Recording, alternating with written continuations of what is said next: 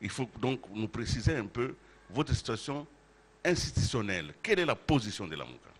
D'abord, votre question renferme ce que je considère comme étant une faute. Premièrement, nous ne sommes pas une démocratie. Nous sommes une dictature. C'est toute la question. Je crois que cette séance va tourner autour de ça. Est-ce que nous sommes une démocratie qui dysfonctionne, qui se porte mal, ou nous sommes une dictature qui se porte bien?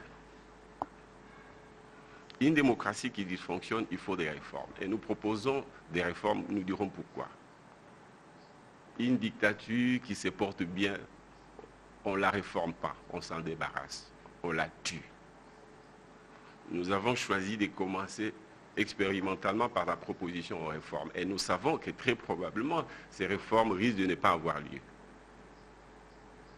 Mais surtout, même si elles ont lieu, ce sera à l'image de l'oppresseur. Et si elles ont lieu, elles ne seront pas appliquées. Maintenant, vous posez la question où nous nous trouvons institutionnellement.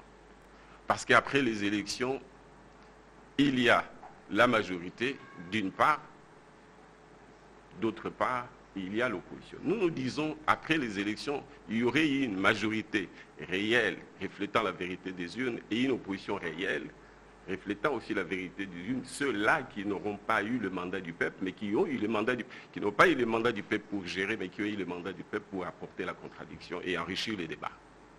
Nous ne sommes malheureusement pas dans ces cas d'école. Ceux qui ont perdu se sont imposés et ceux qui sont la majorité. Ceux qui ont gagné ont été exclus, n'ont pas été investis. D'où la dictature. Donc les postulats, il faut les changer. D'où la dictature. Et nous refusons d'abord, de reconnaître que les autres ont gagné. Ceux qui prétendent avoir gagné et qui se sont installés par la force par la ruse à la tête du pays, et que nous refusons de dire que nous sommes une minorité, nous sommes une opposition.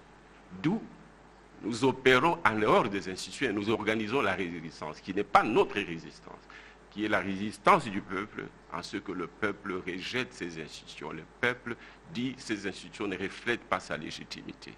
Voilà. Mais dans l'entretemps, nous pensons que la réforme, plutôt la résistance populaire peut s'organiser partout, y compris dans les salons de l'oppresseur. Elle peut s'organiser au sein des institutions. D'ailleurs, l'expérience montre en ce qui concerne notre pays. S'agissant des élections de 2006 et de 2011, il y a eu contestation. Mais on est resté dans les institutions. On n'a pas boycotté les institutions, mais on a conduit la lutte au sein des institutions et en dehors des institutions. Ce qui a fait d'ailleurs que, grâce à la présence au Parlement, on a dénoncé auprès du peuple les complots qui consistaient à changer de constitution, à réviser la constitution ou à changer la loi électorale. Et le peuple a pris les relais pour descendre à la rue et il a bloqué la machine. Donc, notre double présence est au sein de l'Assemblée nationale pour y apporter l'opposition républicaine, mais notre présence aussi en dehors des institutions où nous voulons conduire le peuple vers cette revendication. Comme simple étendard, s'explique bien, parce qu'il s'agit du combat du peuple contre ceux qui ont pris le pouvoir par la force. Mais vous vous rendez bien compte que nous sommes en présence d'une contradiction principale. À partir du moment où les jeux lui-même, vous n'êtes pas d'accord sur les jeux, vous n'êtes pas d'accord sur les règles des jeux, vous n'êtes pas d'accord sur les objectifs à atteindre, il doit forcément y avoir à un moment donné un clash. Vous n'allez pas, vous devez être logique avec vous-même.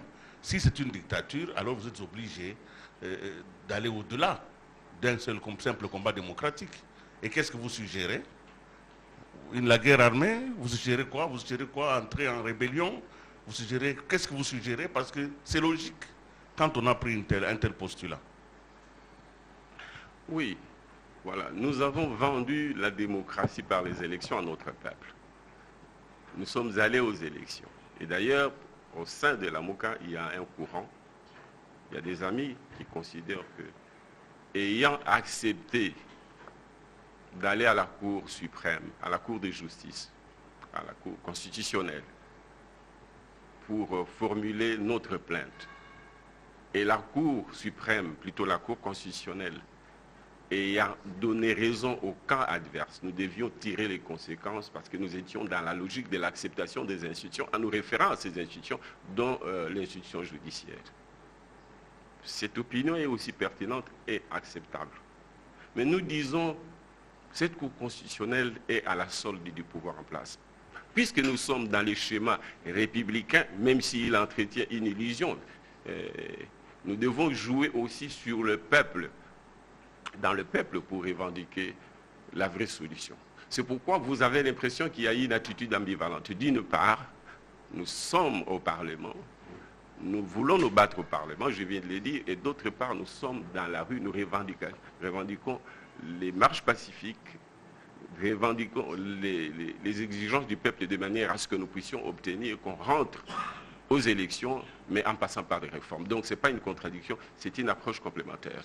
Avant de prendre Alain Hiroum pour le coq de la radio Okapi, on prend José Nawej pour Forum des As.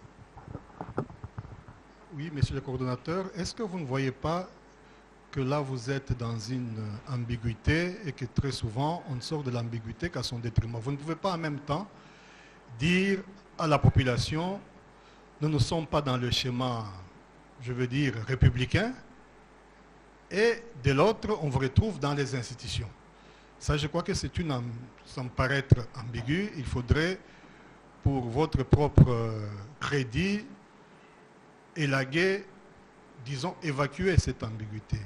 Je suis en train de vous dire qu'il ne s'agit pas d'une ambiguïté. Oui, il s'agit d'une démarche complémentaire qui commence par dire nous restons au sein du Parlement pour surveiller la manière dont les choses, les lois sont prises. C'est que quand vous êtes dans le Parlement, vous n'êtes plus dans... Vous ne combattez plus une dictature. Parce que vous ne pouvez pas être membre du Parlement et dire nous combattons la dictature. En fait, je reprends votre mot, dictature, vous cautionnez la dictature en entrant dans un Parlement dont vous contestez par ailleurs la légitimité. Ça paraît Comment voulez-vous contradictoire. que je considère un système qui, après les élections, contrairement au texte, parce que contrairement au texte de la République, comment voulez-vous que je qualifie un système qui ne publie pas les résultats? À qui on demande de faire le comptage, il ne fait pas le comptage des voix. À qui on demande de publier, comme le dit la loi, les résultats circonscription par circonscription, il ne le fait pas. Nous disons ceci, nous sommes au Parlement comme minorité, mais qui ne veut pas reconnaître la majorité en place pour y servir d'espace, si vous voulez, d'information, de surveillance, de manière à ce que si ce n'est pas des choses graves à l'intérieur, y compris en ce qui concerne, comme je l'ai dit, lutter pour que la Constitution ne fasse pas l'objet d'une révision en ce qui concerne les articles intangibles, il faut faire le relais dans le peuple et amener le peuple à faire des marches pacifiques, à faire un soulèvement pacifique pour que ce que la majorité, entre guillemets, factice veut faire n'ait pas lieu. Ce n'est pas une contradiction, c'est une approche des luttes. Nous voulons lutter et dans les institutions. Vous savez que la population qui s'est plainte du régime, comme dans le passé d'ailleurs, et vous avez des ouvriers, vous avez des cuisiniers, qui travaillent chez l'oppresseur, qui se plaignent de l'oppresseur, mais au moins qui sait qu'est-ce qui se passe à l'intérieur. Donc nous pouvons mener la lutte, y compris au salon de l'oppresseur. C'est pourquoi nous sommes dans ces parlements-là, pour surveiller les actes, les initiatives qu'ils prennent, mais faire le relais dans le peuple en lui disant voilà ce qui se passe, vous devez descendre dans la rue pour que ce qui veut être fait, ce qu'ils veulent faire, qu'ils ne le fassent pas. Ah, donc en clair, vous conciliez les deux tendances qu'il y a dans la MOUCA, à voilà, savoir... c'est ma démarche, c'est ma vision et c'est comme ça. Oui. D'ailleurs, ce n'est pas que ma vision, nous tous nous sommes d'accord pour dire qu'il faut mener les deux combats qui sont complémentaires. Donc les combats républicains pour apporter la contradiction, enrichir les débats, et puis les combats de la résistance, grâce aussi à cette revendication dans les institutions, où nous informons le peuple des complots qui sont aujourd'hui contre lui. Oui, non, ça me paraît essentiel cette question pour clarifier votre démarche. Parce que quand nous avons Martin Fayulu devant nous, vous dites vous êtes leader de l'opposition, il dit carrément non, moi je ne suis pas dans l'opposition, c'est moi le chef de l'État élu, c'est lui qui parle, c'est moi le président de la République élu, je ne suis pas dans l'opposition. Mais là vous êtes en train de nous dire... Il dit je suis le chef de l'État, le président élu, mais non investi. Oui, mais il ne veut pas qu'on le présente comme leader de l'opposition. Or, il y a certains actes, quand vous êtes au Parlement, par définition, vous êtes dans le camp de l'opposition, parce que vous n'êtes pas dans la majorité. La séquence où vous êtes au Parlement, vous reconnaissez qu'il y a un pouvoir, qu'il y a une majorité. Donc là, vous jouez les jeux parlementaires. Mais quand vous êtes en dehors, vous ne jouez plus les jeux des institutions. Non, mais ce que nous disons, nous sommes au Parlement, nous reconnaissons qu'il y a un pouvoir, mais un pouvoir illégitime. Nous sommes dehors pour faire en sorte que ce pouvoir parte. Mais nous disons qu'il ne partira pas de notre faute, de notre fait, il partira du fait du peuple. Mais en même temps, nous disons, mais il partira aussi par la vérité des urnes. C'est pourquoi le projet de sortie de crise qui consiste à dire, faisons des réformes, ensemble comme classe politique, dans le cadre d'un espace consensuel, et proposons ces réformes au pouvoir établi, mais qui n'aura que des compétences liées, et à partir de ces réformes, qui corrigent c'est par où le mal est arrivé, à savoir la Cour constitutionnelle, la CENI, etc., nous puissions rentrer aux élections le plus rapidement possible. Donc, M. Fayou nous fait une proposition de sortie de crise. La MOUCA, dans son ensemble, est d'accord sur les principes des réformes. Nous disons qu'il faut faire des réformes. Mais nous ne sommes pas naïfs, on n'est pas ignorer que ceux qui sont là ne voudront pas des réformes si nous ne faisons pas la pression nécessaire. Et cette pression, nous la voulons populaire. Voilà pourquoi nous faisons pression pour qu'il y ait des réformes. Mais maintenant, pour qu'un pays change, comme toute société, et changer par des réformes, et si par les réformes, ce n'est pas possible, parce que les réformes, c'est l'apanage d'une démocratie. Le peuple va constater qu'il n'est pas possible, dans le cadre de ces systèmes, d'obtenir les réformes qui aillent dans le sens de ses intérêts. Le peuple va utiliser l'autre formule, la formule de la révolution. Donc un pays change soit par les réformes si on est en démocratie, par la révolution si on est en dictature. Il n'y a pas de contradiction dans cette double démarche qui, pour moi et pour nous, est complémentaire. Alain Hirung pour Radio Okapi. Prenons le volet sécuritaire. Quelles sont les propositions concrètes de la MOUCA pour mettre fin à l'insécurité qui sévit dans l'est de la RDC, notamment à Béni? Mais en attendant, on peut plus ou moins calmer la situation en renforçant la MONUSCO en ce qui concerne la brigade d'intervention rapide. Nous avons lancé un appel en direction de la MONUSCO, de la communauté internationale de manière générale. Et nous avons lancé un appel à notre armée pour qu'elle se restructure, pour qu'elle soit vigilante, de manière à ce que les infiltrés qui, dans l'armée, tuent, soient extirpés de notre armée. Mais ce n'est qu'une proposition de transition. Mais la vraie guerre qu'il faut mener, elle ne peut être menée que par un État fort, stable, issu des institutions légitimes à la suite des élections démocratiques. Ça, c'est sur les plans internes. Mais sur les plans internes, nous devons avoir une vraie défense. Mon opinion est que la solution à l'est du pays, c'est d'abord une solution de la défense, et non pas une solution sécuritaire. La défense, c'est qu'il faut régler la situation avec le Rwanda. Régler la situation, il faut faire la guerre au Rwanda. Si nous voulons contrôler l'est de la République, il faut faire la guerre avec le Rwanda. Mais pour faire avec le Rwanda, il faut une armée, d'où il faut un pouvoir fort, avec de bonnes finances, occuper le Rwanda, à la limite, annexer le Rwanda au Congo. La solution pouvait se trouver dans le cadre de la CPGL.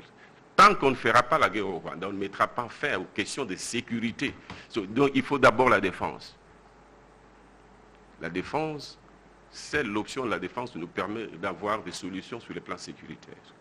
Pour faire la guerre au Rwanda, occuper le Rwanda, administrer le Rwanda, annexer le Rwanda. La CPGL ne peut se faire qu'à ces prix-là.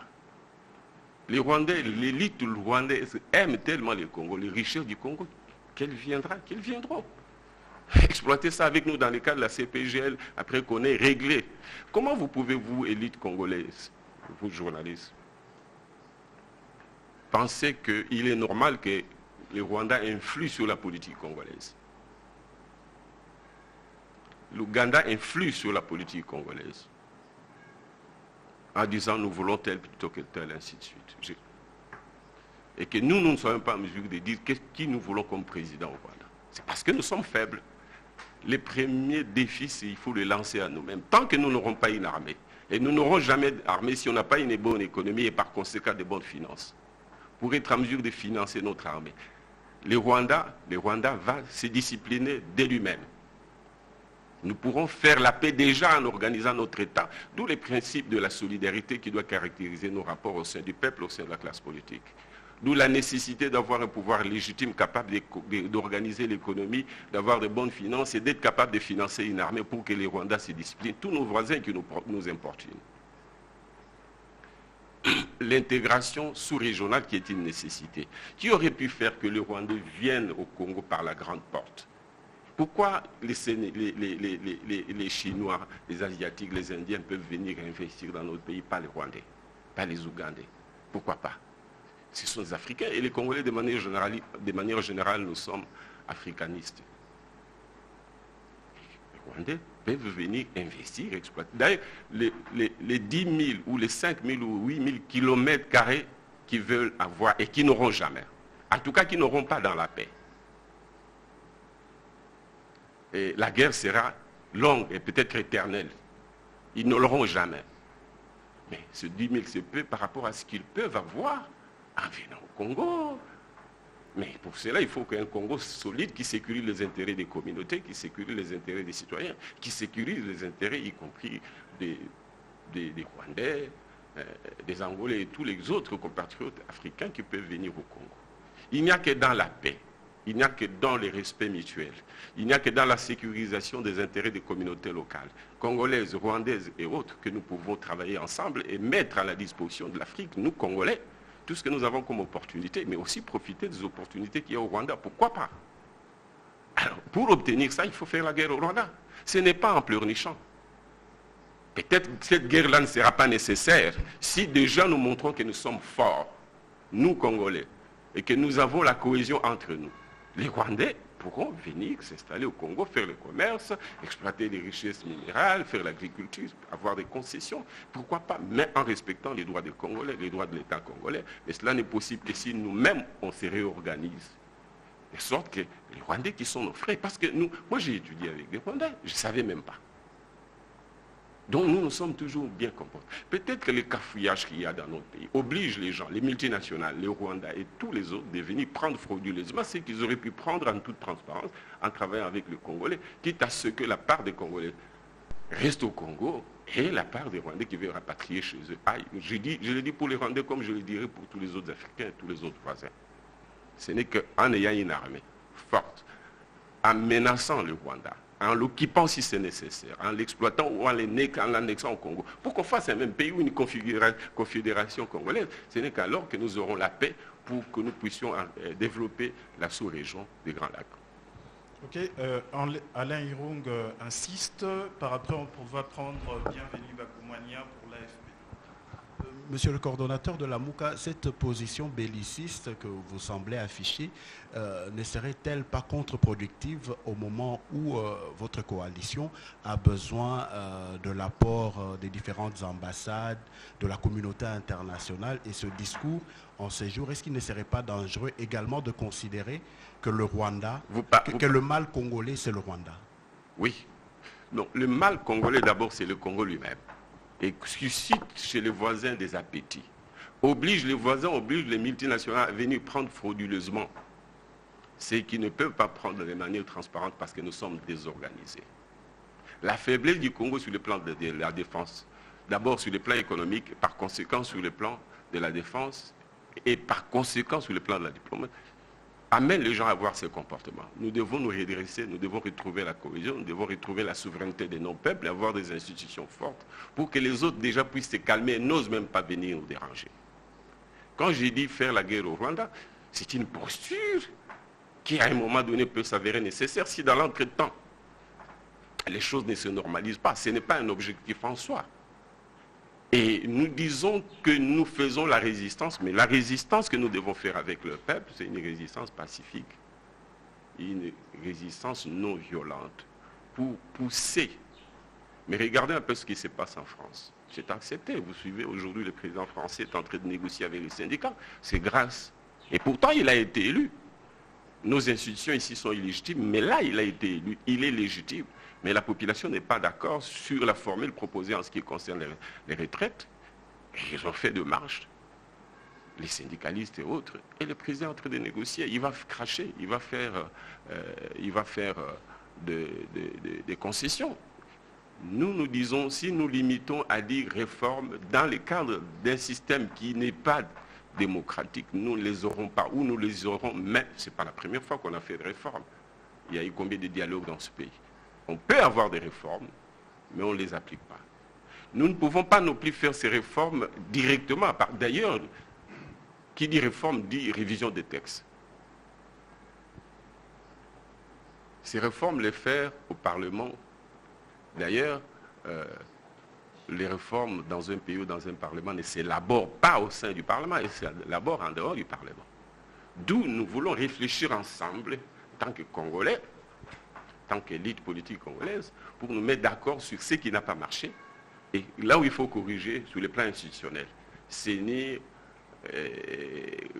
Cour constitutionnelle, etc., de manière à ce que si nous nous mettons d'accord, parce que les députés, FCC, CACH, la MOUCA, nous serons, la classe politique, plutôt la société civile aussi, si nous nous mettons d'accord, les parlements seront amenés avec une compétence liée de formaliser ces réformes-là.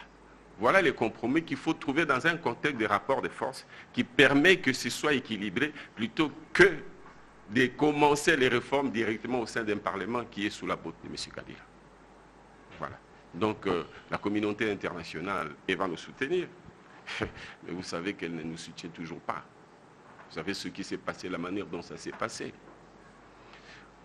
Les Français ont dit, je crois la diplomatie française a dit, ben voilà, les élections, les institutions qui étaient mises en place, c'est à l'image d'un compromis type africain. Donc il peut pour dire que ça s'est fait en dehors de toute procédure démocratique.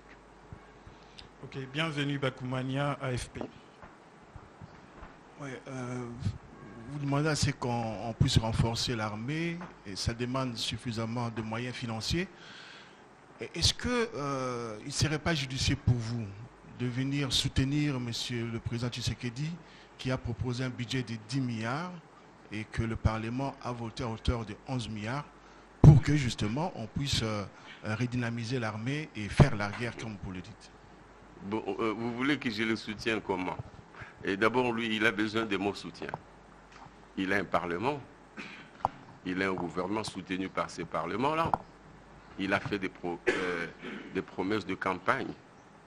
Il a promis un budget de 15 milliards en 2000, disons plus ou moins 8 milliards en 2019. Il est en train de terminer ce budget-là pour un total cumulé de l'année de 4 milliards 7, avec un déficit qui va approcher les 400 millions de dollars. Et pourquoi? Et parce qu'il a fait adhésion à un pouvoir politique qui ne permet pas, même s'il peut se poser aussi un problème de capacité de son côté, mais le principe c'est que le régime ne lui permet pas de faire des réformes. C'est un pouvoir conservateur auquel il a fait allégeance. Ensuite, pour 2020, il fait un budget de 11-12 milliards, ça signifie mensuellement, il pense pouvoir collecter près de $1 milliard, 1 milliard. Mais quand vous programmez une telle augmentation, où vous programmez 1 milliard, il faut regarder les derniers mois de l'année précédente, vous avez réalisé combien? En moyenne par année, pour l'année précédente, l'exercice budgétaire précédent, vous avez collecté combien? Il aura collecté plus ou moins 4 milliards 7, mais maintenant, pour l'année suivante, il pense qu'il peut faire le double, ou plus du double, parce qu'il programme 10 milliards, plus ou moins, dont 9 milliards avec ressources propres. Moi, je ne le vois pas en train de doubler le budget d'un exercice à l'autre. Je ne le vois pas passer d'un budget ou d'une trésorerie mensuelle de plus ou moins 400 millions de dollars à une trésorerie mensuelle, le 12e mensuel de janvier, à 900 millions de dollars. Or, les promesses qu'il a faites l'obligent à aligner la masse salariale à un niveau que le prochain budget, mais surtout le mois prochain en janvier, il ne pourra pas couvrir. D'où il sera obligé soit de recourir à la planche à billets pour financer la différence qu'il ne pourra pas, qui va représenter la moitié de la trésorerie mensuelle. Soit il va recourir à la planche à billets pour financer la différence des dépenses que les recettes ne lui permettront pas. Les recettes fiscales classiques ne lui permettront pas de couvrir. Soit alors il ne va pas financer ses engagements, ses promesses qu'il a faites, où il finance les salaires, il finance le fonctionnement de l'État, il n'envoie pas l'argent aux provinces, il ne paye pas la dette. Vous avez entendu parler de la Régie des eaux de la Seine qui ont des difficultés de trésorerie, notamment parce que l'État ne paye pas sa facture auprès de ces institutions. Donc il sera en difficulté financière. Vous demandez que je l'aide en faisant des propositions. Je crois que nous reviendrons là-dessus, mais je ne l'aide pas en entrant dans un pouvoir dont il n'a même pas le contrôle. On prend la RTVS 1 avec Bijoun Zonzi avant de revenir avec Géopolis. Oui, merci beaucoup. Monsieur le coordonnateur de la MOUCA, vous venez tout à l'heure de dire que la communauté internationale ne nous soutient pas toujours. Cette même communauté internationale ici en République démocratique du Congo, représentée bien entendu par la MONUSCO. La MONUSCO, c'est la position de la MOUCA. Vous voulez qu'elle soit encore là pour son appui, même logistique. Vous ne voyez pas d'abord ces contradictoires, le fait de dire que la communauté internationale qui ne nous aide pas, mais sa représentante ici, vous appuyez sa présence, et aussi avec la prorogation de son mandat ici, quelle est votre position aujourd'hui par rapport aux désidérata de la population de Beni, de Butembo, qui est dans la chair vive de cette situation-là, des guerres, qui exige à tout prix le départ de la MONUSCO? Bien, merci. Il ne s'agit pas d'une contradiction. Nous avons dit la communauté internationale, ici nous avons fait allusion non pas principalement à l'ONU, mais aux États, de manière générale, qui ne nous soutiennent pas toujours, ou qui ne soutiennent pas la démocratie chez nous, soutiennent leurs propres intérêts, et c'est des bonnes guerres. S'agissant de la MONUSCO, nous avons dit aussi longtemps que notre armée n'est pas organisée, structurée, bien équipée, bien financée, nous aurons besoin de la MONUSCO. Mais dans son volet intervention et sécurité, de manière à protéger la population. Parce que la population demande à la MONUSCO de partir parce qu'elle est excédée. Elle ne rencontre pas son intérêt en ce qu'elle ne se sent pas protégée. C'est une pression nécessaire. Voilà pourquoi nous avons dit, puisque notre armée elle-même pose des difficultés, parce qu'elle est infiltrée, elle participe aussi aux tueries à travers les infiltrés. Si nous faisons partir la MONUSCO sans nous préparer, sans renforcer notre propre armée, ça va être le déluge, ça va être le chaos. Voilà, donc c'est pas, nous voulons le départ de la MONUSCO progressivement, mais à condition que notre armée soit préparée à prendre les relèves. Mais nous ne croyons pas non plus à cette relève et à son efficacité. Parce que tout ce que nous vivons sur le plan sécuritaire, les faiblesses de l'armée, a pour origine essentielle un pouvoir illégitime. Et cette illégitimité, nous en avons depuis toujours, de manière générale, avec quelques moments de légitimité, mais provisoire. Et donc nous disons, la solution, c'est la démocratie. La solution, c'est la légitimité qui passe par la vérité des urnes, qui passe par la souveraineté du peuple. Et ce n'est qu'alors que nous pourrons avoir, en ayant les institutions légitimes, fortes, stables, nous pourrons avoir une bonne économie sur laquelle on peut prélever les recettes fiscales nécessaires afin de financer une armée qui puisse être le garant de l'intégrité de notre territoire. Le coordonnateur avait promis de parler aussi en lingala. J'ose croire que les journalistes n'oublieront pas de poser des fois aussi des questions en lingala. C'est à moi de parler en lingala, ils n'ont qu'à poser les questions en français. Avant de poser ma question, permettez que je fasse quand même un petit commentaire. J'ai été relativement quand même, ce qui est rare, choqué un peu par votre prise de parole sur le Rwanda. J'ai fait un commentaire, hein, et puis je vais poser ma question. Ancien Premier ministre de ce pays, vous avez géré des questions sécuritaires au plus haut niveau, mais je sens quand même une forme de culture de la stigmatisation. Je ne sais pas si le Rwanda, vraiment, c'est un terme générique, hein, pour désigner nos ennemis, parce que, ayant fixé comme ça sur le Rwanda votre curseur, bon, je ne sais pas, hein, c'est un commentaire que j'ai fait avant de poser ma question. Je me rends quand même compte que c'est un discours un peu populiste, parce que nous avons 9 voisins, et concentrer toute la bellicité de notre pays sur le Rwanda, et envisager même de l'annexer, bon, je trouve quand même que, je ne sais pas, c'est peut-être pas assez responsable. C'est un commentaire. Quel est d'après vous Quel devait être le discours pour un pays ou pour une élite dont le pays est sous occupation? Pour un pays... Non, ça dit que si ces commentaires, je les fais, c'est parce qu'en réalité, il y a une absence de démonstration. Vous devez nous démontrer, parce que nous parlons quand même à notre peuple, comment le Rwanda nous occupe. Il faut le dire, parce qu'aujourd'hui, il faut le dire. Il ne faut pas simplement les déclarer. Il faut le dire comment les Rwandais occupent le Congo. Comme ça, ça ne serait pas simplement une déclaration, ça serait une démonstration. Voilà, moi je vous laisse la responsabilité de dire ça aux Congolais. Moi je le dis et je maintiens que les Rwandais occupent notre pays à travers les milices, à travers les armées qui sont les reliquats de M23, les reliquats de CNDP, ainsi de suite. C'est connu de notoriété publique, M. Willy Kalingai. Lisez les rapports mapping. Je crois que je n'aurai plus besoin de faire des démonstrations. Très bien, maintenant je pose ma question. Ma question, vous êtes aujourd'hui pour la coordination de la MOUCA, le numéro 1.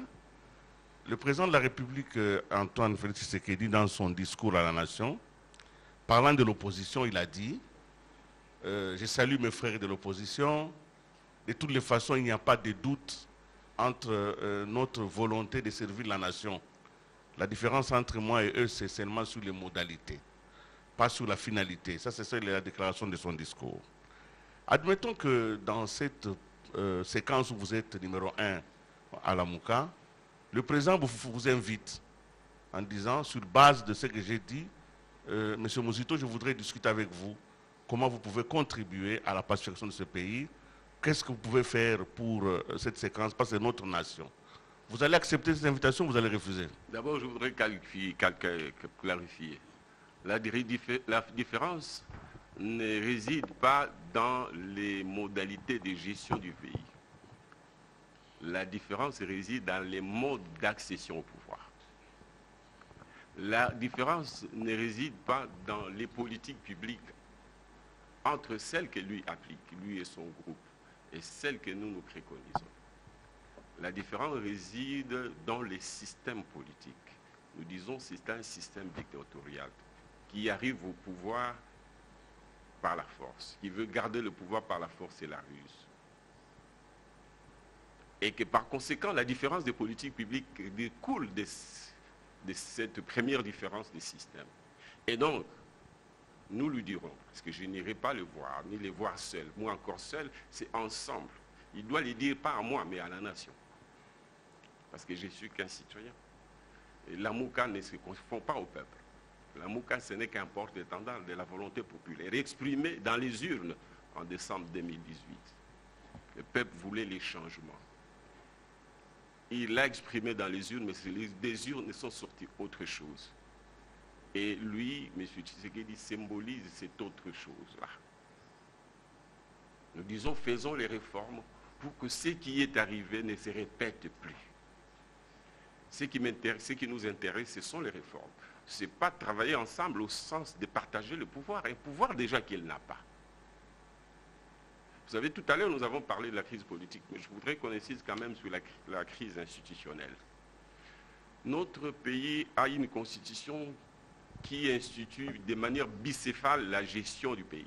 Il y a d'une part le président de la République qui est élu parce qu'il a la majorité parlementaire, il y a d'autre part présidentielle, et d'autre part les parlements qui incarnent la majorité parlementaire. Les deux doivent être ensemble et de même obédience pour que les chefs de l'État qui donnent l'impulsion et fassent cette impulsion au gouvernement qui est supposé être de son obédience. Mais les résultats ayant été fabriqués à la suite du deal que le monde entier connaît, ça a donné un monstre institutionnel qui veut que le chef, celui à qui on a donné la majorité présidentielle, les peuples qui pourtant étaient interrogés le même jour, ne lui a pas donné la majorité parlementaire dont il aurait besoin pour sécréter un gouvernement de son obédience qui ferait le programme en concertation à lui et qui devrait implémenter ces programmes. On ne lui a pas donné la majorité parlementaire, mais par contre, on a donné à d'autres la majorité parlementaire, sans leur donner la tête, l'institution suprême. Et on se retrouve dans une cohabitation qu'ils ont voulu masquer à travers ce qu'ils ont appelé coalition. Vous vous rendrez compte que ça ne fonctionne pas. C'est la cacophonie au sommet de l'État. C'est la méfiance les gens se regardent chez Défaillance. En quelle qualité nous, on peut l'aider et comment on peut l'aider dans le cadre d'une telle configuration institutionnelle née du chaos électoral. Nous disons oui aux réformes, et puisqu'il a parlé aussi des réformes, oui aux réformes, il a parlé des réformes. Parce que M. Fayulu et nous tous, on est pour les réformes. M. Fayulu a indiqué quel est le cadre de la mise en place de ces réformes. Nous irons aux réformes dans le cadre d'une institution que nous appelons Haut Conseil pour les réformes institutionnelles, et en implémentant ensemble, y compris les acteurs de leur bord politique, y compris leurs députés, dans cette instance-là, de facto, on pourra alors, à ce moment-là, puisqu'il y aura une reconnaissance mutuelle, une reconnaissance de leur institution de notre part, mais une reconnaissance de notre combat en ce que désormais tous, on accepte de corriger. Et dès que nous dirons, nous, élites politiques, de manière générale, mais en particulier ceux qui ont organisé la fraude, que les choses s'étaient mal placées, on n'est pas obligé, ils ne sont pas obligés de venir dire, nous reconnaissons la faute, on a triché, non. Le fait qu'ils acceptent qu'il y a des choses qui sont mal placées, sans nécessairement les dire, mais le fait qu'ils acceptent qu'on aille aux réformes, ça signifiera que nous sommes conscients qu'il y a des choses à corriger. Et je pense que ça va baisser la tension dans le peuple. Il pourra, à la limite, commencer à travailler tranquillement. Parce que le peuple va se calmer, pourra adhérer à leurs promesses si la promesse principale consistera à dire nous allons corriger les choses pour que désormais la volonté du peuple, une fois exprimée, qu'elle se révèle à travers et se reflète à travers la vérité des urnes. À partir de ce moment-là, nous pourrions aller vers la cohésion, vers un État solide, vers des institutions légitimes, légales. On n'aura pas nécessairement besoin de faire la guerre au Rwanda. J'ai insisté sur le fait que ce sont nos frères. J'ai insisté qu'ils peuvent venir au Congo par la grande porte, exploiter avec nous. Et ils auraient plus d'espace. Regarde, le Congo peut absorber 10-20 millions d'Africains. Et pourquoi ils ne viendraient pas faire les affaires ici? Pourquoi les ressources naturelles qu'ils prennent frauduleusement, ils ne peuvent pas les prendre là-bas, dans le cadre d'un grand Congo confédéré, à la limite, qui les intègre? Mais en quoi consiste, qu'est-ce que signifie la CPGL? C'est une espèce d'une petite union européenne, parce que déjà le Congo, c'est l'ensemble de l'Europe. Et on annexe le Rwanda, on devient un même pays, un même citoyen, on exploite ces richesses qu'ils aiment tant, auxquelles ils ont droit d'ailleurs. Pourquoi pas? Pourquoi j'insiste, les Chinois viennent prendre des concessions entières, des mines et autres, les Rwandais pas. Il faut qu'on les fasse dans la paix, dans la sécurité, dans le respect mutuel, respect des intérêts des communautés locales. Les espaces, ils peuvent les occuper, toute transparence, quitte à ce que... Et là encore, j'insiste sur le fait que notre État est tellement faible que ne sécurisant pas les intérêts des communautés locales. Moi, j'ai été voir les vaches dans les bandounes. Qu'est-ce que j'avais dit? Que ce qui me troublait, ce n'était pas tant le fait que les gens qui venaient étaient étrangers. Ce qui me révoltait, c'était que les communautés locales congolaises n'avaient pas de droits de propriété sur leurs terres. Pour que celui qui vient, d'où qu'il vienne, il peut venir du territoire voisin ou de l'étranger, il peut être chinois. Qu'en venant, il s'installe en discutant avec les communautés locales pour se partager la richesse qui sera née de cette exploitation-là. Or, l'État a fonctionné à ce jour. Ça, ce n'est pas un procès que j'ai fait à un régime, c'est notre État tel qu'il a fonctionné. Les communautés locales n'ont pas de titre sur l'État étant propriétaire, si vous voulez, du sol et du sous-sol. D'ailleurs, on ne dit pas qu'il est propriétaire.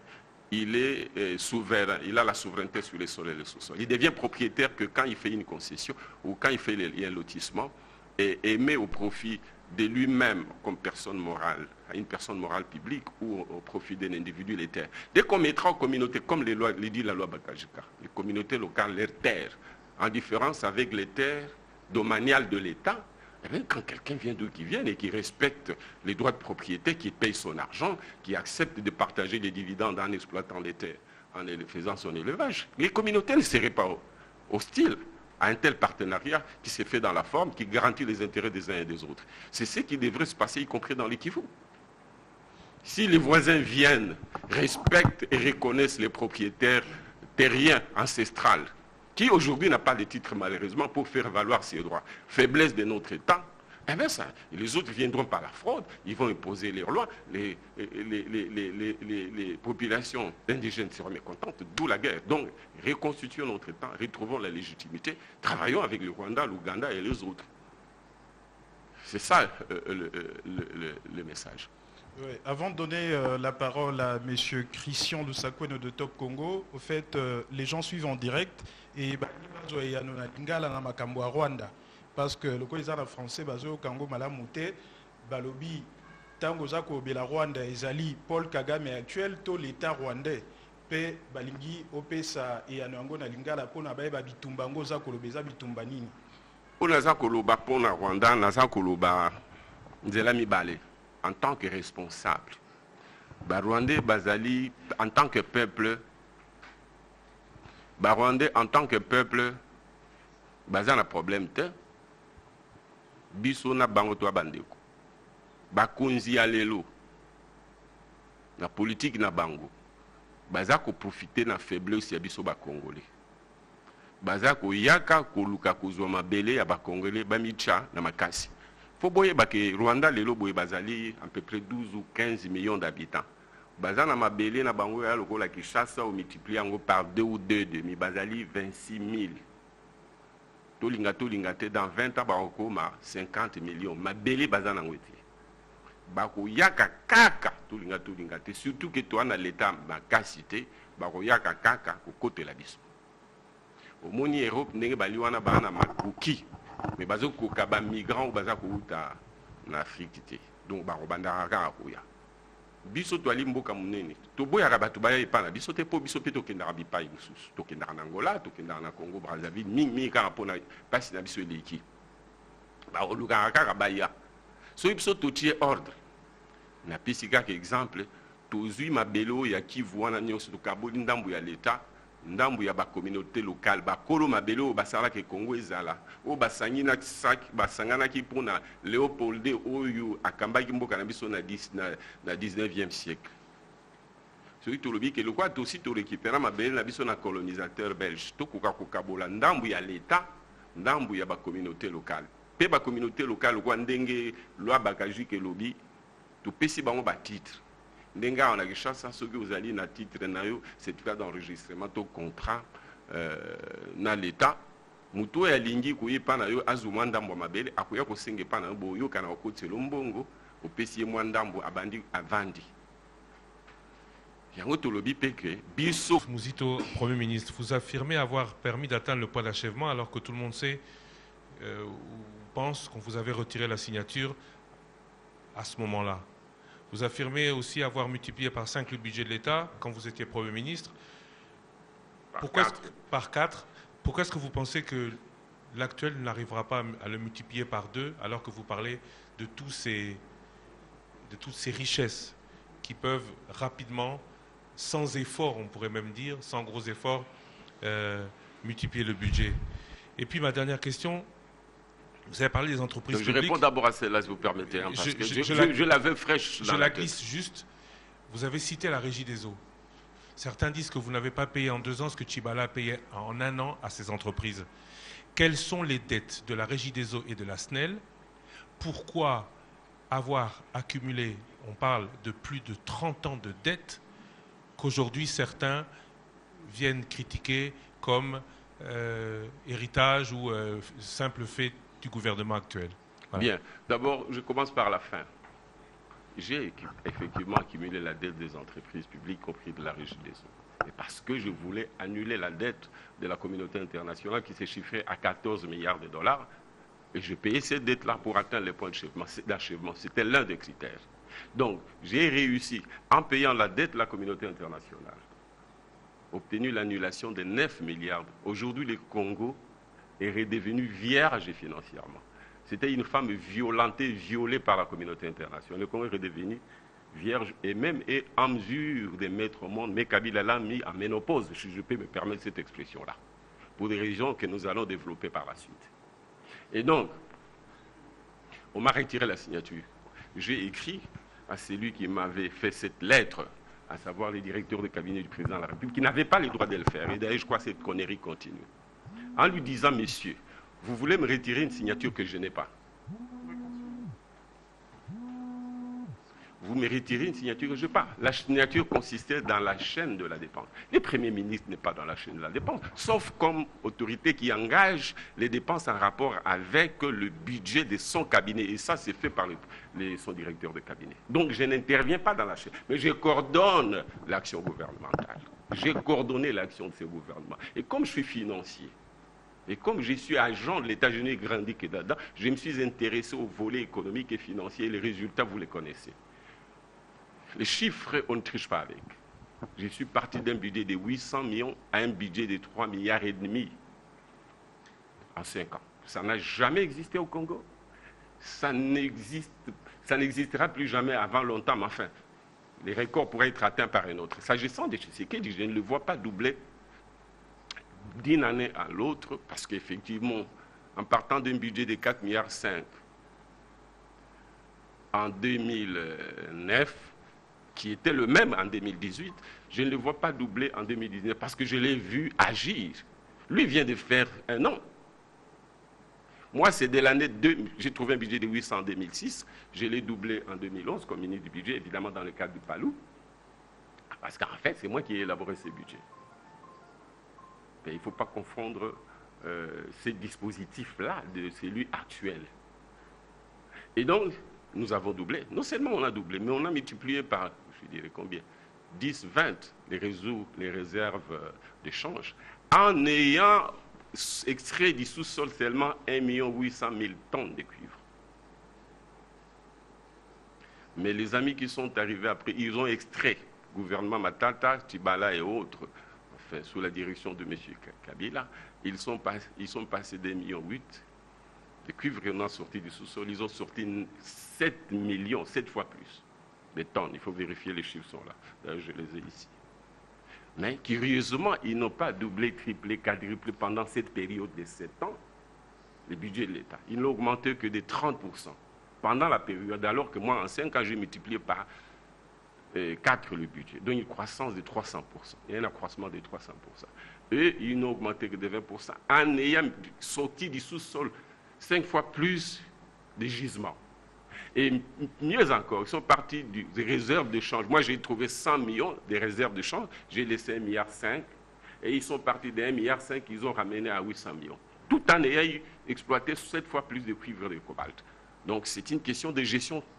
C'est une question de gouvernance, c'est une question de gestion, une question de transparence dans la gouvernance. Lisez les documents de la Banque centrale, les FMI, vous allez voir cet écart. Donc, ça a été fait et ils ne le feront pas parce que Tshisekedi est à la tête d'un État sans avoir la majorité parlementaire par laquelle il peut agir. Et cette majorité parlementaire, elle est conservatrice. Ce sont ces gens qui venaient de faire preuve des faiblesses que je viens d'écrire en termes d'évolution du budget, de la croissance. Je constate aussi que notre pays a eu un taux de croissance de 4,8 en 2018, 5,2 en 2018, 4,8 en 2019, sous Tshisekedi, et les taux de croissance programmés dans le cadrage budgétaire actuel, que venait de défendre le Premier ministre, est de 3,2. Donc nous sommes dans la phase de déclin. Nous déclinons, et voilà pourquoi je ne le vois pas avec ces taux de croissance réaliser. Et je ne suis pas seul à le dire. Le FME le dit. Il dit que c'est un budget qui est réaliste. Mais cependant, ce n'est pas un budget qui pouvait être irréaliste pour le Congo, parce qu'on peut aller jusqu'à 15 milliards, mais ça suppose des réformes. Ces réformes, il ne peut pas les obtenir dans le cadre de cette gouvernance, pour des raisons évidentes que je viens de décrire. Oui, je prends bienvenue Bakoumania. Il nous reste 20 minutes. On vient de totaliser 1h10 minutes. Nous nous dirigeons vers la fin. Nous irons jusqu'à 2 heures. Oui, coordonnateur, ma question, je reviens sur le budget. Vous, la Mouka, si vous aviez été investi, qu'allez-vous proposer pour que nous puissions connaître cette croissance sur le plan budgétaire? Bien. Je rappelle que M. Tshisekedi a promis au peuple un taux de croissance de 25% en moyenne pendant certains plans décennal. Il a promis une pression fiscale, c'est-à-dire une capacité de l'État à prélever sur le PIB 25% de celui-ci. Aujourd'hui, il n'en parle plus puisqu'il est dans la réalité où le PIB est autour de 3%, plutôt le taux de croissance est autour de 3% pour l'année prochaine. La pression fiscale est autour de 13%, plus ou moins la moitié de ce qu'elle a promis. Nous avions prévu un taux de croissance, un taux de pression fiscale de 15% et une croissance d'autour de 8%. Comment nous allions faire? D'abord, nous allions bénéficier, si vous voulez, de la confiance du peuple et de l'adhésion aux initiatives, aux sacrifices qu'on allait imposer. Nous n'allions pas nous amuser à prétendre financer la gratuité pour nous retrouver dans l'impasse telle que nous serions obligés de recourir à la planche à billets et faire monter, faire chauffer les dollars sur le marché de change comme c'est le cas aujourd'hui. Nous allions faire des promesses qui correspondent plus ou moins à la réalité, mais en ayant une approche plus ou moins progressive de l'évolution. Et le peuple nous aurait fait confiance et nous allions accepter de patienter. Deuxièmement, nous allions recourir à toutes les opportunités pour financer la construction du Congo, avec un paquet de mesures qui permettraient qu'on finance. Et pour financer la construction, il faut travailler avec la communauté internationale. La communauté internationale a une règle du jeu. La règle du jeu, c'est d'abord, pour qu'on vous prête notre argent, il faut montrer que vous allez gérer de manière transparente. Gérer de manière transparente d'abord votre argent, c'est-à-dire les recettes que vous collectez et les recettes potentielles, y compris en ce qui concerne le secteur d'extraction. Les mines que vous donnez aux autres, vous devez le faire en respectant la règle d'appel d'offres internationale pour que vous ayez la meilleure offre possible. Pour que l'argent que vous nous demandez, regarde, je sais qu'il y a tant qu'on lui donne, je crois qu'on lui a déjà donné 368 millions de dollars, alors que lui peut collecter des 3, 4, 5, 6 milliards auprès des investisseurs dans le secteur minier. Je vous ai parlé des 50 millions de tonnes de cuivre dans les lois là-bas. Ça, c'est un nouveau gisement. Ça vaut plus ou moins 350 milliards de dollars de chiffre d'affaires. Il suffit de faire un calcul prévisionnel pour dire que si nous exploitons, nous pourrions avoir ces chiffres d'affaires de 300 dans la durée 20 à 30 ans. Mais ça, c'est le chiffre d'affaires, mais notre part au titre d'impôt, notre part au titre des dividendes pourrait représenter globalement 20% et les mettre sur le marché pour les lever des fonds avec lesquels on peut construire le Congo en disant cette mine, nous la vendons sur le marché international. S'il n'y a pas de preneur, nous la donnons en gage pour avoir 20 milliards. Parce que nous serons en mesure de rembourser le moment venu grâce à l'exploitation de la mine proprement dite. Voilà comment nous allions redimensionner les entreprises publiques, les restructurer et ouvrir leur capital au secteur privé qui amènerait des capitaux, qui allaient relancer l'activité économique et même créer des emplois. Nous allions aussi regarder ce qui se passe sur les secteurs pétroliers. Notre bloc, lac Albertine, là, bloc 1, bloc 2, vers l'Ouganda, qui aujourd'hui, dans les sous-sols, c'est le Rwanda qui prend. Moi, j'ai peur que ce soit le cas comme en Angola, où nous avons une zone qu'on pouvait exploiter ensemble, mais où le pouvoir s'est tué, on ne sait pourquoi. Et donc, nous avons peur que notre pays, parce que les autres exploitent depuis des décennies, nous n'exploitons pas. Nous allions regarder ça. Il y a le lithium. Ça va ensemble avec la question des climats. Aujourd'hui, le Congo sera la capitale du monde en ce qui concerne ces matériels qui va déterminer l'avenir, si vous voulez, l'avenir de l'automobile. Donc nous devons savoir, tu sais qu'il y a promis la certification, mais il n'y a pas que la certification, il faut titriser avant de signer des contrats avec des éventuels repreneurs. Et éventuellement, nous ne rentrons pas dans la production, nous cédons la production à la GCAMI, nous cédons la production à des étrangers, mais à condition qu'ils nous donnent prévisionnement ce qui nous revient. C'est ce qu'on a fait avec les Chinois en ce qui concerne les crédits chinois de 9 milliards, mais que le FMI a réduit à 6 milliards. C'est la première fois là encore que le pays mobilise du coup 6 milliards de dollars dans un contrat. Et parce que nous avons donné des concessions et nous avons mis aussi en exploitation une grande concession avec Sicomine. Et nous avons obtenu les gages de ce crédit-là. Et en principe, 3 milliards, c'était pour l'exploitation de la mine. Les 3 milliards, c'était pour des investissements publics. Je ne sais pas ce qui est devenu ces crédits. Là aussi, il faut regarder qu'est-ce qui se passe là-dessus. Donc, il y a moyen de faire ce qu'aujourd'hui, malheureusement, tu sais qu'il ne fait pas, parce que nous aurions eu la légitimité et l'indépendance nécessaire, parce que nous serions les produits du peuple et non pas des produits des arrangements occultes.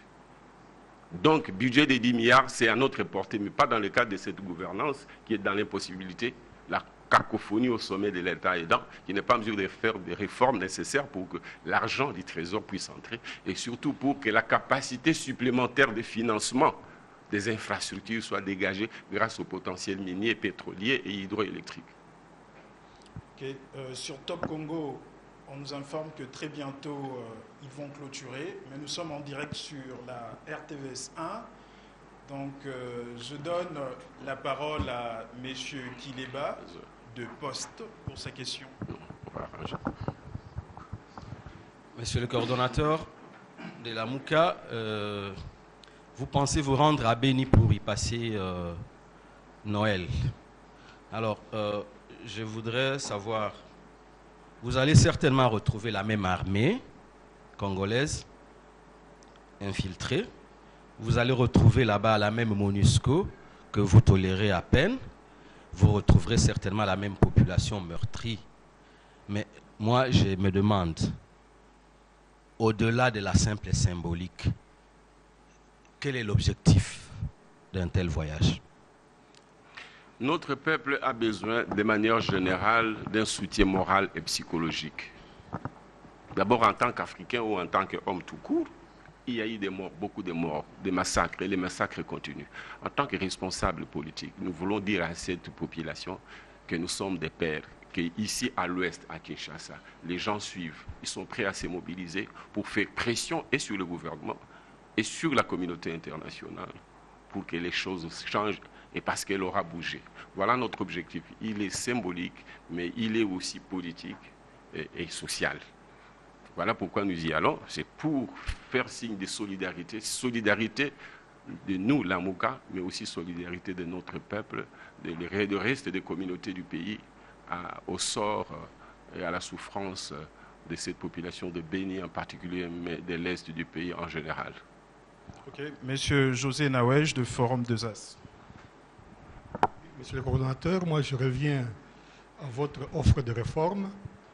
Vous l'avez dit au début, vous n'y croyez pas beaucoup, compte tenu du fait que les autres partenaires ou les autres parties prenantes, je pense à la coalition FCC-CACH, n'est pas d'accord avec vous. Maintenant, dans cette hypothèse plus que vraisemblable, qu'est-ce que vous faites? C'est un peu de la projection. Si ce refus est catégorique par rapport à votre plan de réforme, plan de sortie de crise, comme vous-même vous le dites, si ce refus est catégorique, qu'est-ce que vous faites? Bien, merci. D'abord, cette réforme, nous ne la faisons pas pour nous. Ce plan de sortie de crise, ce n'est pas pour Fayoulou, ce n'est pas pour la MOUCA. C'est pour le pays, c'est pour le peuple, y compris pour eux. Parce que demain, nous irons aux élections. Il est possible que Tshisekedi les gagne. Mais si le système de fraude continue, est-ce qu'il sera content? Non. Les réformes, nous ne disons pas les plans de sortie des crises égale publication des résultats, égale récomptage. Nous disons plan de sortie des crises, c'est des réformes pour qu'on rentre aux élections le plus rapidement. Nous disons dans 1 an et demi ou 2 ans. Les autres peuvent dire dans 3 ans. Parce qu'entre les moments où on commence les discussions, pour identifier les réformes à faire, les lister, définir leur nature et mettre en place la structure qui va faire ces réformes. C'est déjà 1 an. Mais maintenant, les parlements devront formuler sous une forme législative ou légale ces réformes. C'est 6 mois, sinon plus. Il faut les publier, leur donner la forme légale. Vous voyez ça? Et maintenant, il faut commencer à préparer ces élections. Vous n'avez pas peur que si nous devons commencer les réformes pouvaient même avoir lieu sans que nous on les revendique. Déjà, Tshisekedi qui est dans son fauteuil, qu'il a eu de la manière qu'on connaît, parle des réformes. Si nous ne les faisons pas à temps, puisqu'il y a un délai, y compris pour organiser les élections, il y a un délai pour mobiliser les fonds. Peut-être qu'on pourra parler du recensement, peut-être qu'on pourra parler de l'enrôlement. Moi, j'ai bien peur qu'en commençant en retard, nous avons peur qu'en commençant en retard, ils soient obligés de ne pas rester le délai dont ils se réclament, de 2023. Parce qu'ils diront non, puisque l'opposition a voulu les réformes et qu'on n'est pas prêt pour éviter les prochaines protestations, revendications, bon, on va prendre 1 an de plus pour qu'on se mette d'accord.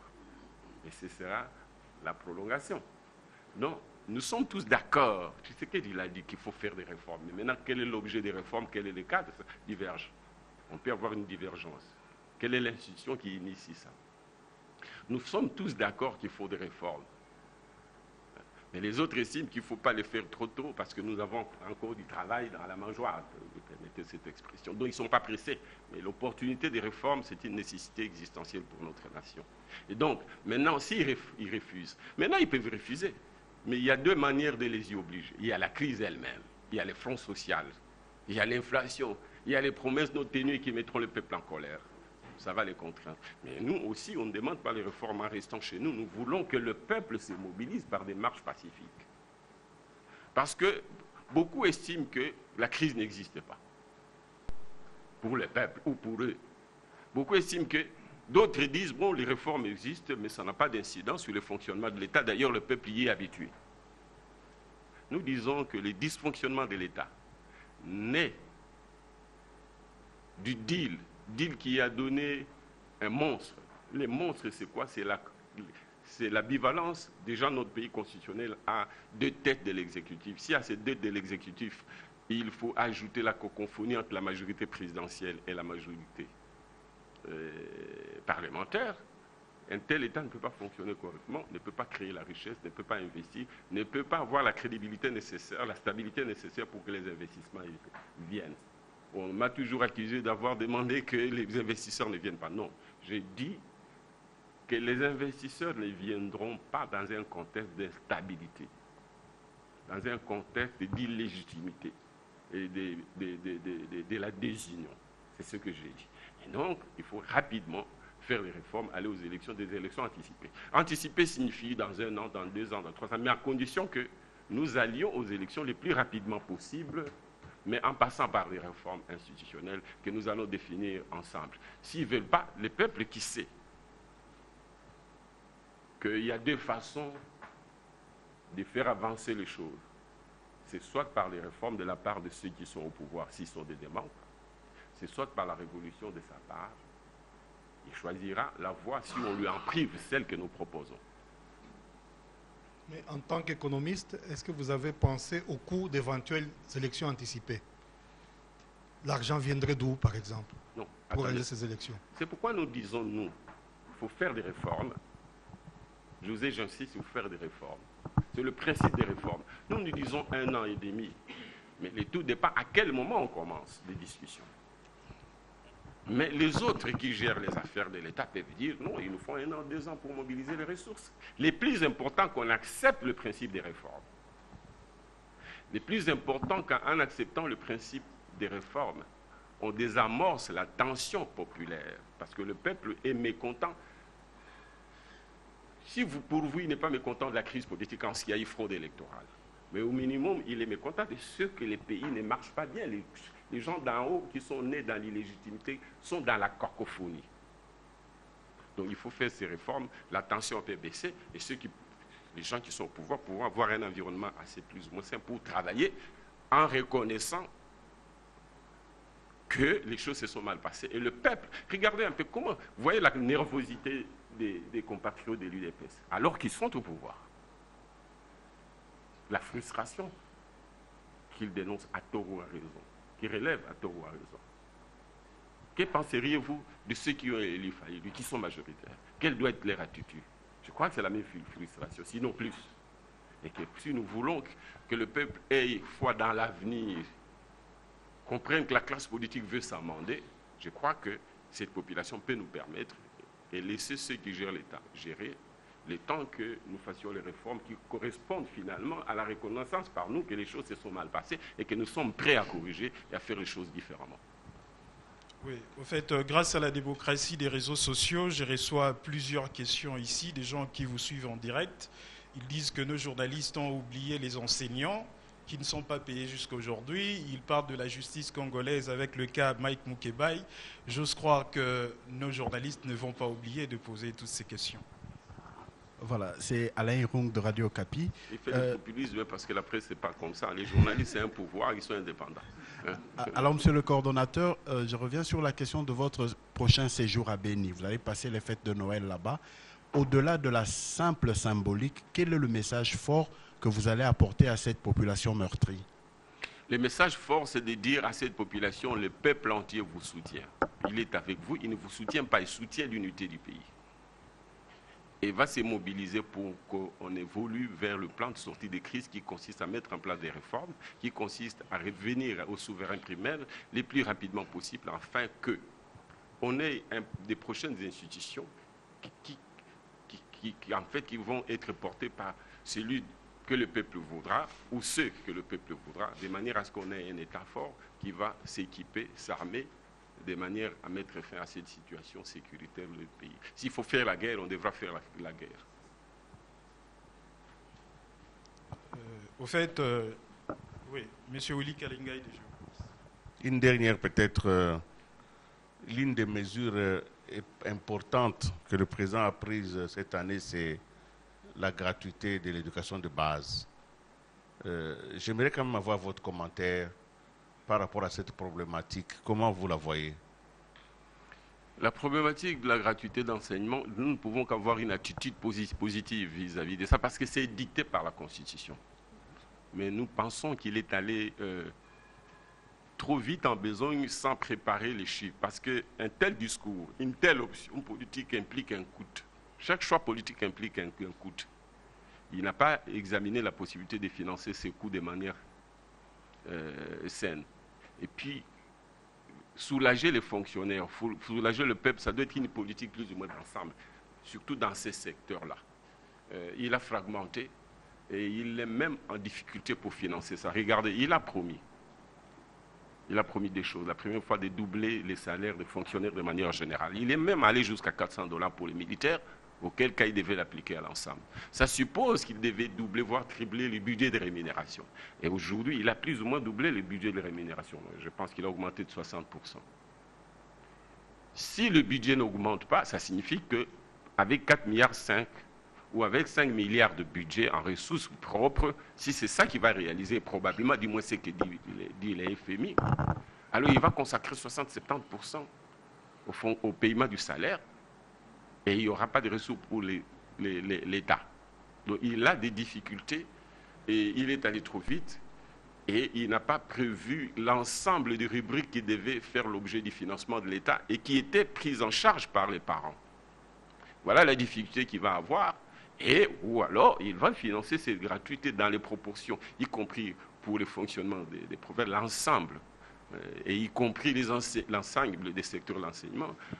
Je veux dire l'enseignement de base, mais aussi les enseignants non payés, mécanisés mais non payés, et les autres. Mais à ce moment-là, il va leur payer avec la planche à billets, et donc il pourra doubler les salaires en nominal, mais en réalité les diviser par 3 en pouvoir d'achat.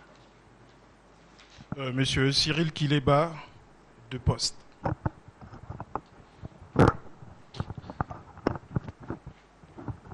On va faire une petite incursion dans la justice. Mike Mukebai, député élu de la ville de Kinshasa, est en prison et son procès semble s'enliser. Est-ce que sa situation est une préoccupation pour la Mouka, ou vous attendez seulement un coup de chance qu'il soit sorti un jour et vous allez vous réjouir avec lui? La deuxième préoccupation, toujours dans les domaines de la justice. Et Monsieur Lisanga, ici présent, qui est aussi un de vos partenaires de la Mouka, est poursuivi par la justice pour avoir notamment déclaré que c'est Martin Fayulu qui a gagné l'élection du 30 décembre 2018. Mais bien avant lui, ou concomitamment, d'autres aussi l'ont dit, mais ils s'en sont bien tirés plus tôt. Est-ce que vous pensez, en tant qu'organisation politique, protester par rapport à cette espèce de justice, disons un peu à double vitesse? Bien, merci. Si nous étions en démocratie, ma réponse serait que la justice fasse son travail. Vous imaginez M. Lisanga qui se limite à dire c'est Martin qui a gagné. Quoi de grave? En le disant, il n'a pas investi Fayoul. Ils sont tellement dictateurs que pour si peu de choses, ils sont prêts à faire du mal. Ce qu'il a dit là, est-ce que c'est vraiment une infraction? C'est une opinion d'un citoyen ou d'un leader politique. Franchement, nous sommes obligés de recourir à des méthodes qui, en réalité, n'auraient pas été nécessaires si nous étions une république et on était une démocratie. On se serait dit que la justice... Déjà, moi, j'ai déclaré, s'agissant des 15 millions de dollars, cette justice, ou bien elle agit, et agit mal, ou elle n'agit pas, tout simplement. Nous avons dit, en tant que républicains, on a dit, bon, puisque nous sommes dans un scénario, c'est ce qu'on a vendu au peuple, qu'on est une république d'ailleurs, et démocratique, on a dit que la justice fasse son travail. Nous voulons que la justice fasse son travail, mais à condition qu'elle soit juste. Malheureusement, nous ne sommes pas une république en ce que nous n'avons pas la séparation du pouvoir. Les politiques influent sur les judiciaires. C'est ça qui est dramatique. Mais nous, en ce qui concerne, qu'il s'agisse de Maï Moukebaï, qu'il s'agisse de notre camarade Lisanga, nous allons nous battre en utilisant les instruments à notre disposition. Nous avons nos avocats, d'une part, et d'autre part, nous avons le peuple avec nous. Nous ferons les pressions pacifiques nécessaires pour les obliger à respecter les droits fondamentaux de Mike Moukebaï, qui est victime d'un complot, qui est victime d'un règlement de compte que M. Lisanga Bonganga. Monsieur le coordonnateur, vous aviez brossé la situation générale du pays dans tous les domaines, dans tous les secteurs.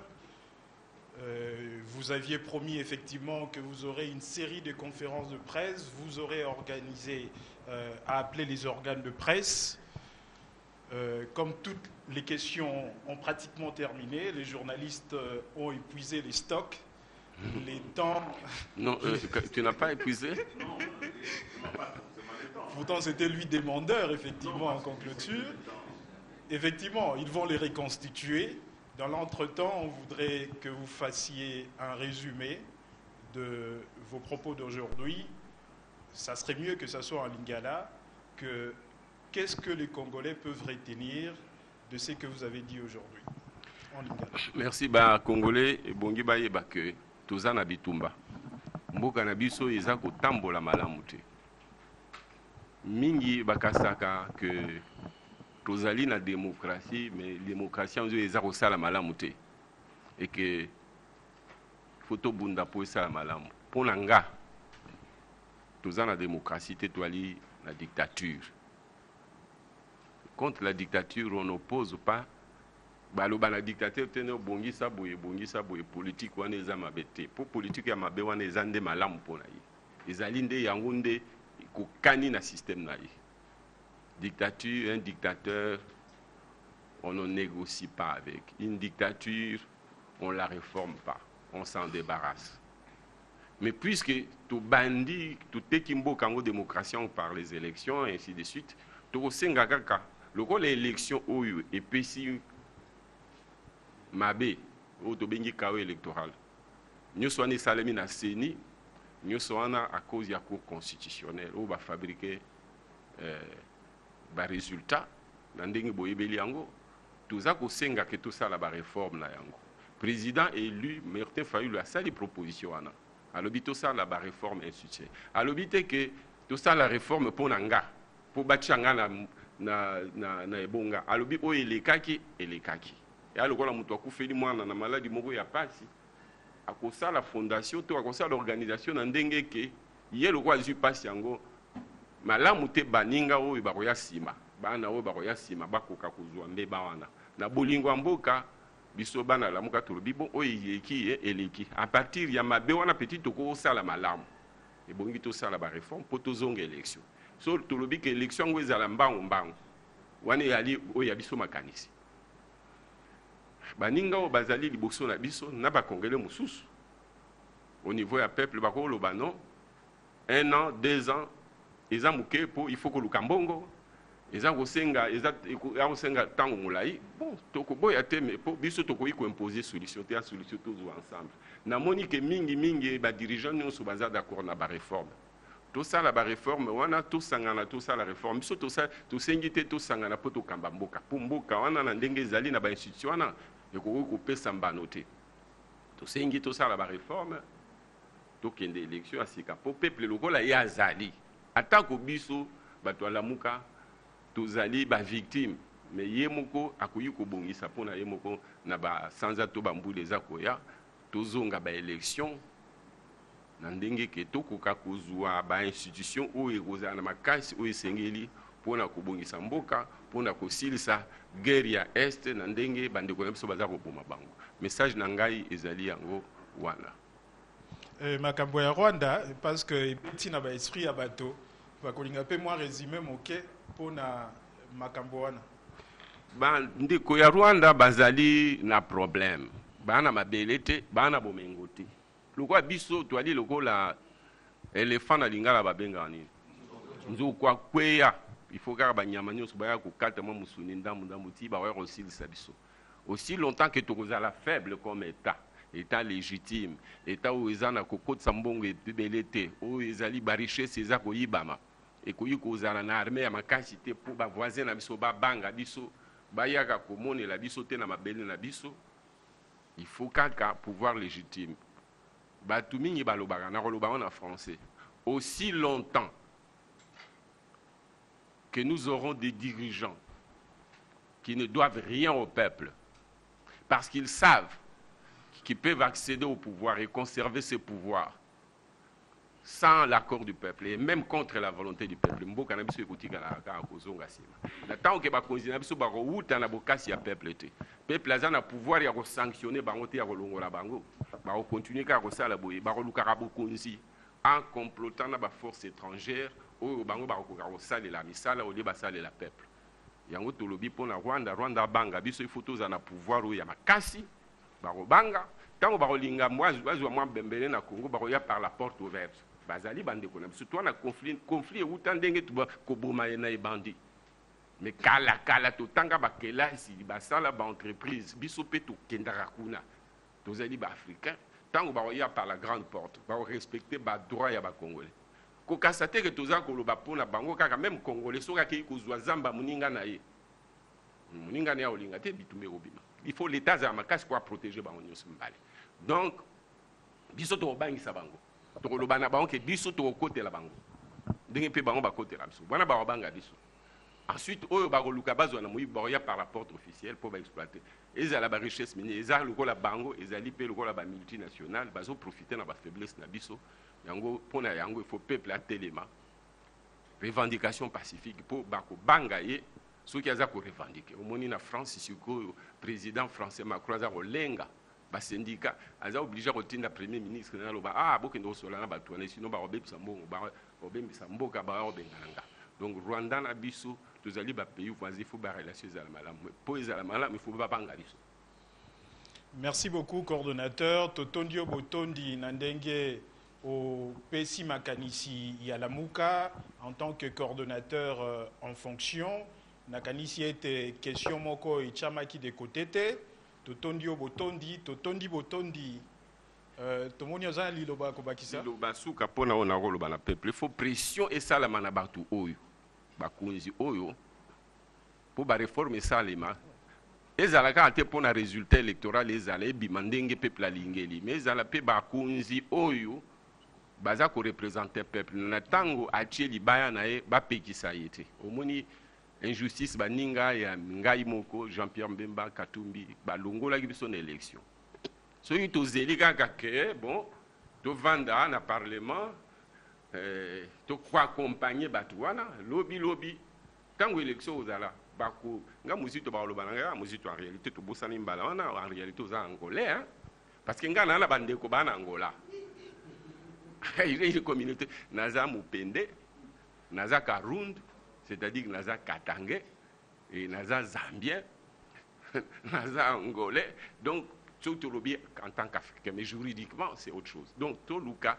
basala o basala na 2018 na bambolo eleki donc biso bato la muka peuple yemoko o yaza ko soutenir la muka il faut tout ça la revendication lutte o ya résistance populaire ezali pona bongo ezali pona fayulu te po tango mosusu mbala asima oyo la muka ekokutana po to senga candidat enike ekozala fayulu te po yemoko alobaki yango pe na convention to signaki elobaki bongo peut-être raza un avantage lokola ya si amesani na peuple apprécié. Mais écoutez ça de ce chanson qui a bimi ba mususu wana ba kozwa ba poste mususu pour pouvoir les akara moko. Ce qui moninga mususu abimi ya kozala premier ministre institut ou muzito je sais pas parce que beaucoup les akara moko. Les restes sont des simples divisions du travail. Donc fayu laza ko senga ba réforme wana ba discussion pour la réconciliation ezala injustice to longola yango frustration ezala telobi. Ezali te pona ye, ezali pona Congo, pona ba génération future. Dans plus d'1h30, ndenge vous constatez, coordonnateur Azaka na makambo Koloba, yango wana totondi botondi pe Top Congo na RTVS 1 va permettre ba Congolais na Kinshasa na ba province pe à l'extérieur du pays balanda biso. Totondi botondi ba patron de presse au bazala qui invité à ba représenter pratiquement tous les organes de presse yambo canabiso. Nakanisi était après voyage à Beni, Tango. Coordonnateur, puis président élu, Bakokuta na population à Est, principalement na Beni Mutembo, Bakozonga Lisusu pour un autre rendez-vous avec la presse, parce que Alingi, effectivement, coordonnateur actuel, que son et à la Mouka et Yokama na Tango Iso. Totondi Bino Botondi.